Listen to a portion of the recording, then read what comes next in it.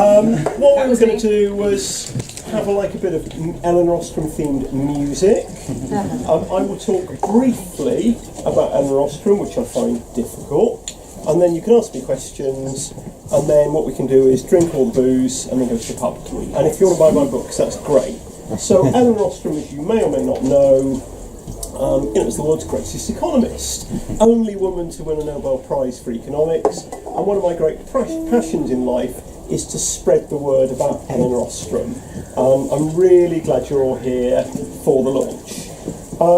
Emily, who's my wife, has got some music based on an Elinor Ostrom speech. So you're now thinking, what's it going to be like a song which is quoting from somebody's speech to the Political Studies Association of America? You're thinking that could be quite unusual.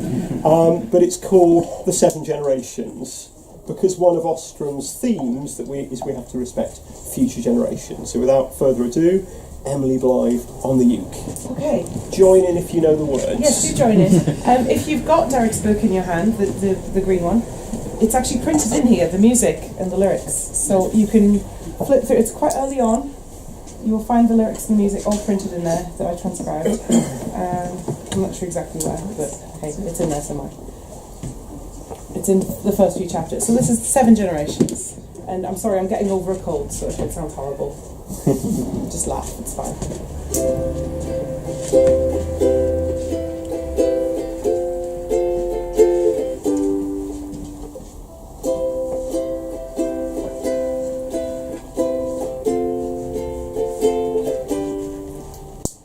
Whenever we make really important decisions,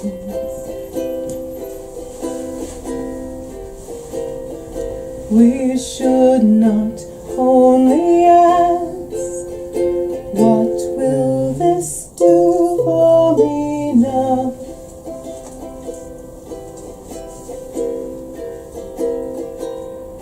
But what will it do for my children, for my children's children, and their children's children, into the future? For 7 generations.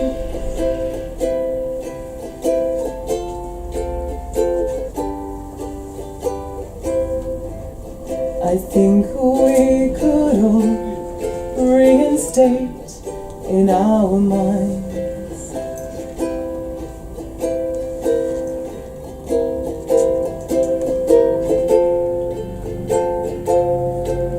the 7 generation rule.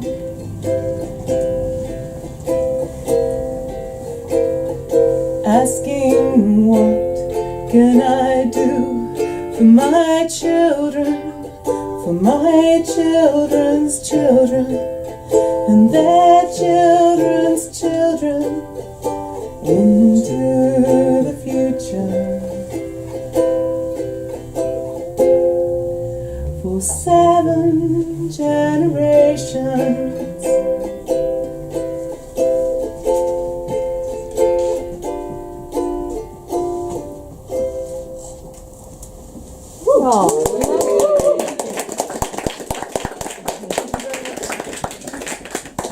Okay, I'll try and talk a bit about Elinor Ostrom.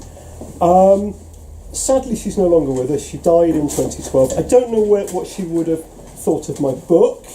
I'm kind of coming at things from sort of left green, as Mark, my friend here, knows. I'm not sure what she would have thought, but there's 2 things I think she would have really appreciated.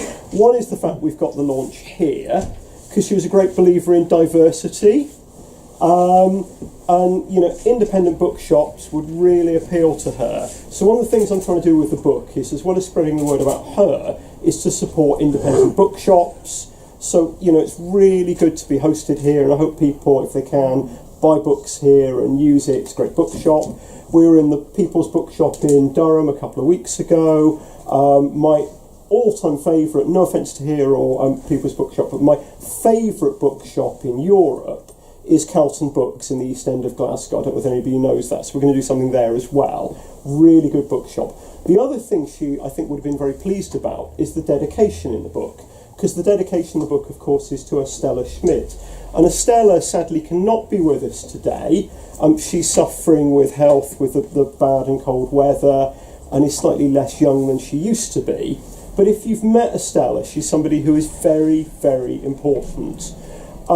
What I prize in life is not political principles, but political interventions. And I think one of the most important things we can do in politics at the moment is support what's happening in the north of Syria with Rojava, where the Kurds and their allies, in very difficult circumstances, are attempting to build a grassroots democratic, feminist, eco-socialist republic. And that would have been something that Elinor Ostrom would have been 2,000% behind. So Estella, if you know her, does a lot of the political liaison for the PYD and the various different Kurdish organisations, and very, very important to support her work. And the Rojava stuff does come into the book. So there are many different takes on Elinor Ostrom. I get kind of two basic takes. So one, I said to one of my colleagues where I work teaching A-level, and lots of you turned out, oh, who's Elinor Ostrom? We've never ever heard of her. And I think a lot of people have never ever heard of her. And then other people, it's like the cult of Elinor, isn't it? That she's like bigger than Elvis, and the world's most important human being and a great visionary and so on and so forth. And what I would also say with her is people have got very different perspectives on her writing. So I'm very much a kind of left Ostromite. A lot of the people who write about Ostrom would see themselves on the right, coming out of George Mason University, very much free market. And where Ostrom is coming from is fairly kind of left field, in the very unusual. So what I'm going to do is say basically what she did, why I think she's important. You can ask me questions, and then we can get back to the important job of buying my book and drinking. So basically, she won the Nobel Prize in 2009.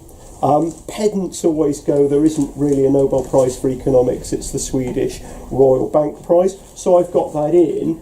I find this, don't I, that occasionally people come to denounce me. Occasionally get that. So if you want to denounce me, that's fine.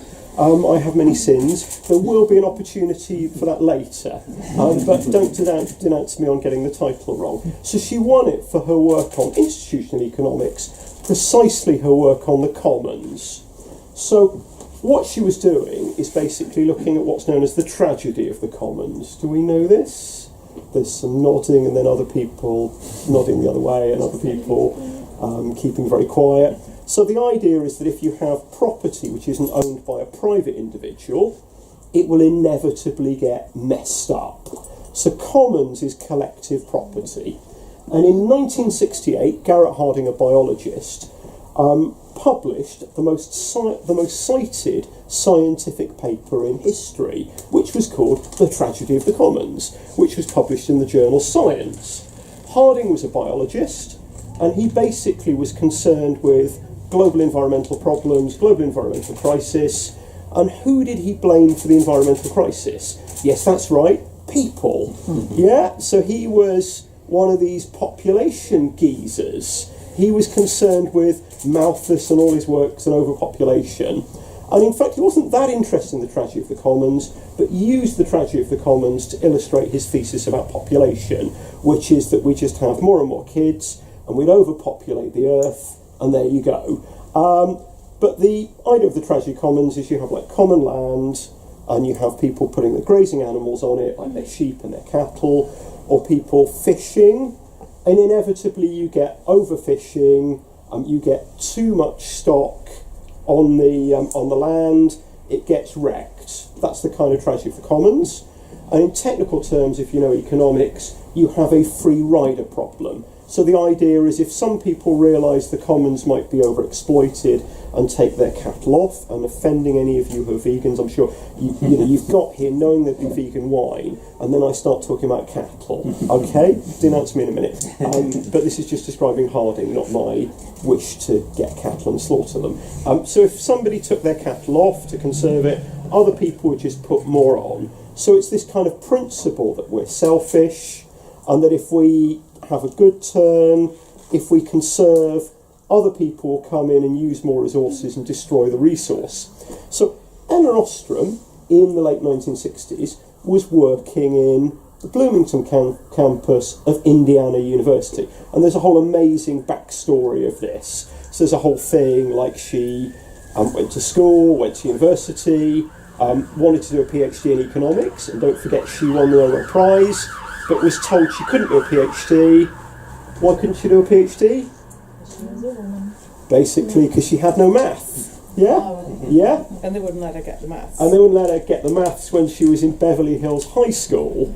And she used to joke and say, they said to me, you want to do calculus? What use will that be when you're barefoot and pregnant? So there's a backstory there. And she started off her Bloomington teaching. She did like a political economy PhD. Met Vince, that was very controversial because they were both married to other people. I was thinking it would be good to have sort of a Netflix or HBO series about the Ostroms.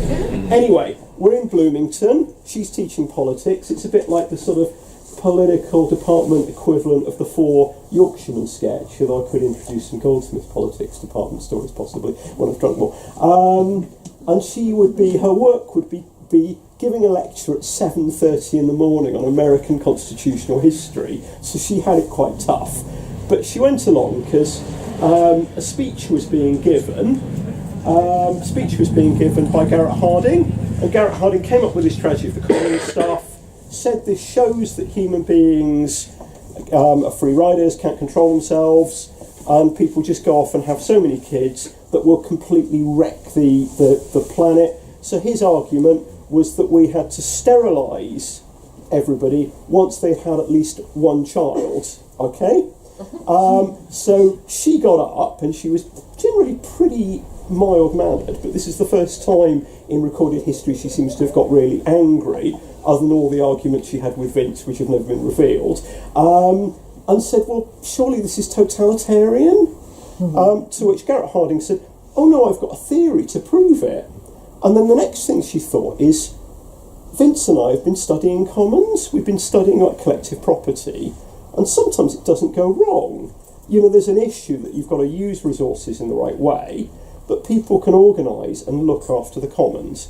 So what she and Vince were looking at were the water tables around LA. So you have this water table. If too many people take water out, like farmers and so on and so forth, the water table goes below sea level. It then sucks in salt water, and then it's toxic. Yeah? And it was very, very difficult for all different users to negotiate, and there were battles and fights and court cases, but people were able to cooperate enough to stop it being destroyed. And she got really interested in this thing about commons, and what she did is looked right around the world and found all of these case studies where people cooperated to conserve the commons. And then she wrote her splendid book, I don't know if there's any copies here, if you know, another thing to sell, they usually are, called Governing the Commons. So she's really, really important for saying commons aren't necessarily tragic, and that you can conserve the commons. I think it extends out from there though. So actually in investigating this, what she did was looked at human behaviour, challenged and refined many assumptions in economics, and though this was kind of like her central question, it had implications for all sorts of areas of economics and society. So what we have is conventional economics, which is often very much we're rational maximisers, we're going to consume as much as possible, we're going to be competitive. If you know you're Adam Smith, it's the kind of stuff that would appall him, he'd see as very crude. And what she was very good at is actually reading the mainstream economics and then looking at the particular contradictions in it, looking at how it could be developed. So, she wasn't like Lenin. She wasn't like somebody agitating on the streets. her kind of method of subversion is the same method that the philosopher Spinoza had to religion. So if you know about Spinoza, Spinoza didn't go just, my God, religion, it's terrible, and put memes up, which we can do now. What he did was, of course, read the Bible thoroughly, and then looked at the contradictions and silences in the Bible, and pointed out, you don't need an external critique, it critiques itself. That Moses maybe couldn't have written about his own death. Okay? So Spinoza is either the world's greatest heretic or the world's greatest, supporter of Jesus Christ. She kind of did the same thing, that she's kind of within economics, but looking at the contradictions and silences and developing it. So I think if we're looking for an economics for the 21st century, which is about cooperation as well as competition, about ecology, about power, about culture, she's very good for that. And I think what's maybe fundamental about her stuff is she's not taking an ideological stance. You can never avoid ideological stances, but she's not simply coming up with a set of political principles she defends. What she's interested in is how you achieve things and how you change things. So how I got really interested in her is, for maybe 12 years or more, I've been teaching this new radical political economy course on a Tuesday afternoon over the road in Goldsmiths. And I was thinking, for the new radical political economy, the two maybe most radical figures were Elinor Ostrom and Karl Marx. Karl Marx being very new as well and contemporary and always with us and thinking about the internet and so on, 21st century thinker. I'm serious about that. And I was kind of amazed. You've got this most radical person you're teaching and they've won the Nobel Prize. So, being a sort of hard-nosed Leninist and general political interventionist, I thought, well, I've got to write about this and spread the word and so on. And the more and more I found out about her, the more and more I got fascinated with her stuff. I should begin to wrap up, which is difficult for me, but with the cold, probably my voice will finish entirely soon. But what I found is the more you look at her, the more unusual, left field, strange it is, the more different things going on. So, one way, I just assumed, she was somebody sort of on the far left of the Green Party or in socialist resistance or something like that, but far from it. In a lot of ways, her kind of ideology comes from the right. So, her and Vince, they were very much kind of looking at people like Hayek, James Buchanan, her PhD, which was on the water stuff, was Frank Knight. Do you know Frank Knight? Very, very interesting figure. Founder of the Chicago School of Economics, not a kind of very left institution. What I kind of felt is that she was kind of taking problems that we might have as eco-socialists, like, ecology, 7 generations, collective ownership, all those kind of things. And she was kind of looking at them with intellectual tools from people who are often free market economists. So I think that in itself is extremely interesting. Being Eleanor, it's never that simple. She'd also, a lot of stuff I think came from American pragmatism and people like John Dewey, who I'm shaky on, but are much more kind of left and reformist. Also very inspired by John R. Commons, who is very much on the left as well, but certainly not coming from like conventional social democratic or Marxist or heterodox economics background. I think the way I've come to conceptualise her, which is one of the ways that some of the better of the best of the kind of George Mason University people conceptualise her, was she was pragmatic in the sense that she wanted to pose a problem and then look at the solution. And the key problem for her is you have unowned resources, how do you conserve them? And that's a kind of open question.